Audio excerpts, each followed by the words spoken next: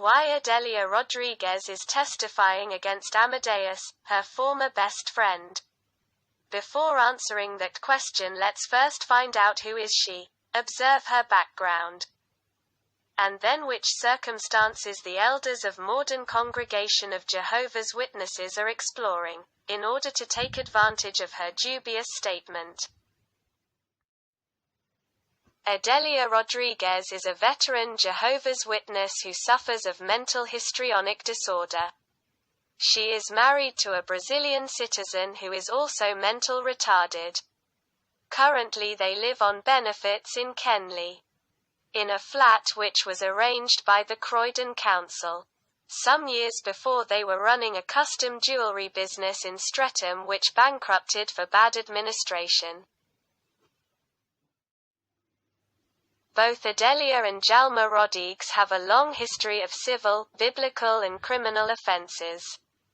For example, for a Jehovah's Witness to get married, both have to be civil and biblically free of previous engagements.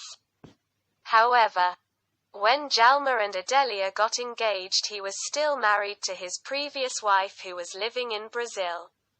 He had to travel on purpose to Brazil in order to get divorced.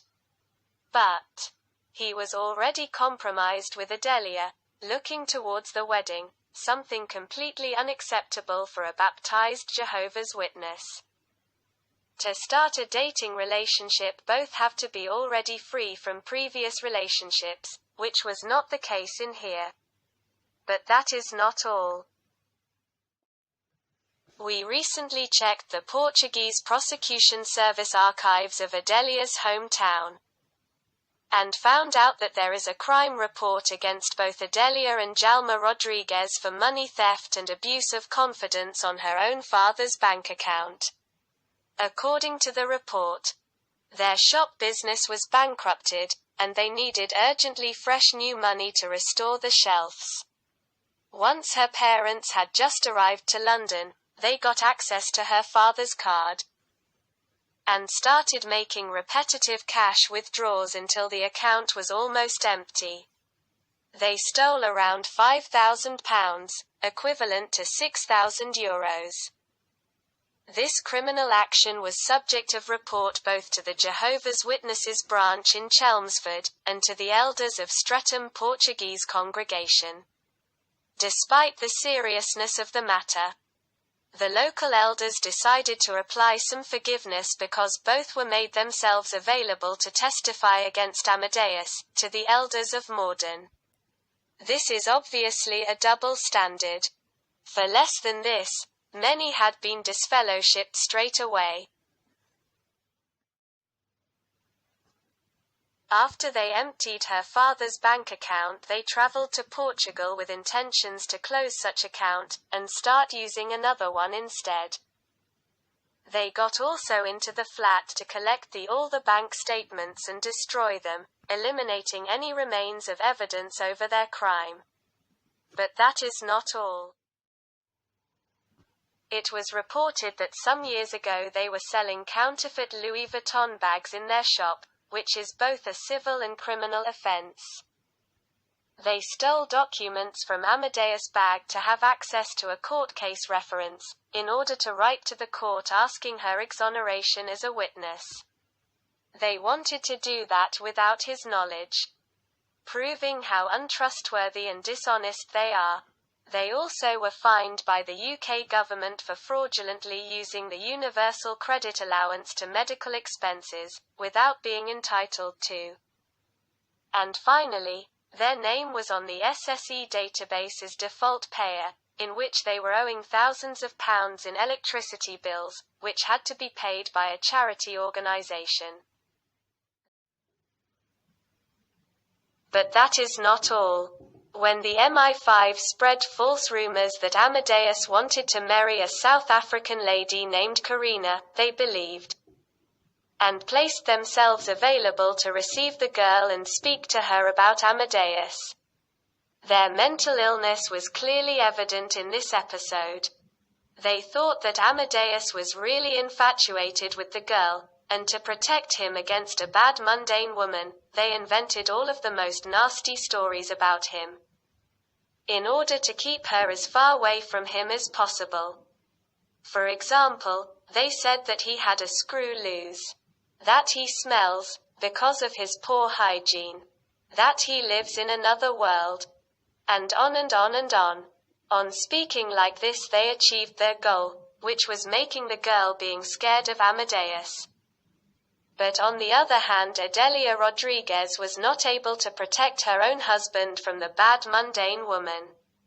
On the same evening, and on the further days, she started to ask questions about Jalma Rodrigues to her friends from the MI5, who explained to her that the only occasion he goes to central London was on Sunday afternoon, usually with his wife. On the other hand, friends of Jalma Rodrigues in Streatham High Road, who had links to the MI5, warned him that the lady was making too many questions, and that she would like to be alone with him for a chat and exchange contacts. Jalma Rodrigues immediately arranged a way to go to London on a weekday, which happened on Monday the 22nd of October 2018. It is unclear for us about what exactly happened after that. Some sources say that she quit about him when she realized that he was mentally retarded. Other sources are saying that he cycled one Sunday to her area, met with her, and she invited him to mount her bike. The same source suggested that the romance did not last longer, due to Jalma's poor performance, and because her new boyfriend was suspecting, and that he started controlling her. For us this is not a surprise once we were already aware of their criminal actions made in secret. Plus adding the fact that by December 2017 we detected the browsing of explicit erotic content from Jalma's laptop computer, the same one that they kept in the shop all the time. Jalma Rodrigues was watching Asian nude videos in secret, knowingly that such conduct is unacceptable for a Jehovah's Witness. By the time that he was interested in Karina and vice versa. His friends from the MI5 were also pushing him, sending erotic videos, which he was sharing with others. It looks like that the MI5 was not doing much to protect Adelia's marriage with Jalma. But in the end, if they are so dishonest, and so unreliable, why the elders in Morden are using them to testify against Amadeus? Well, some of the elders in Morden are Freemasons and they received instructions from the lodge, and from the governing body that Amadeus had to be disfellowshipped. Once their original plans did not work, and allegations of apostasy could not be proved, they had to inquire every person who might had be close to him, and asked him all the piece of relevant and irrelevant information about him, in order to see if they could find anything that could be used against Amadeus, in order to disfellowship him, preferably without a judicial hearing. Adelia and Jalma Rodrigues both suffer of mental disorders, which makes them an easy target of manipulation. Adelia and Jalma Rodrigues are both very dishonest, and do not need to make much efforts to lie, or distort facts, as the episode with Karina had shown. The Freemasons also have the habits of applying biblical examples, mostly the bad ones. For example, when the king Ahab asked Naboth to sell his vineyard, Naboth refused. Hereditary property could not be sold under the law of Moses. Jezebel, on the other hand, resolved the problem in a very simple way, requested the testimonials of two good-for-nothing men to falsely testify against Naboth, resulting in him being sentenced to death. And this is exactly what the elders in Morden are doing, according to the Rodrigues background. They collected the statements of also other bad people, such as prostitutes, alcoholics, thieves, ex-girlfriends of Amadeus who swore to destroy him, if they had a chance, and, most important, they collected the testimonials of Amadeus' older sister who had wished him dead.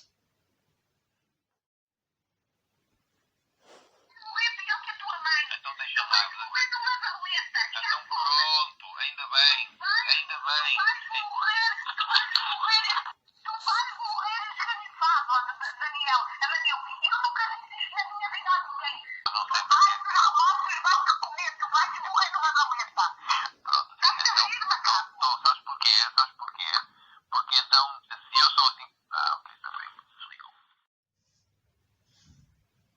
But notwithstanding all of the information collected, most of the things doesn't add up.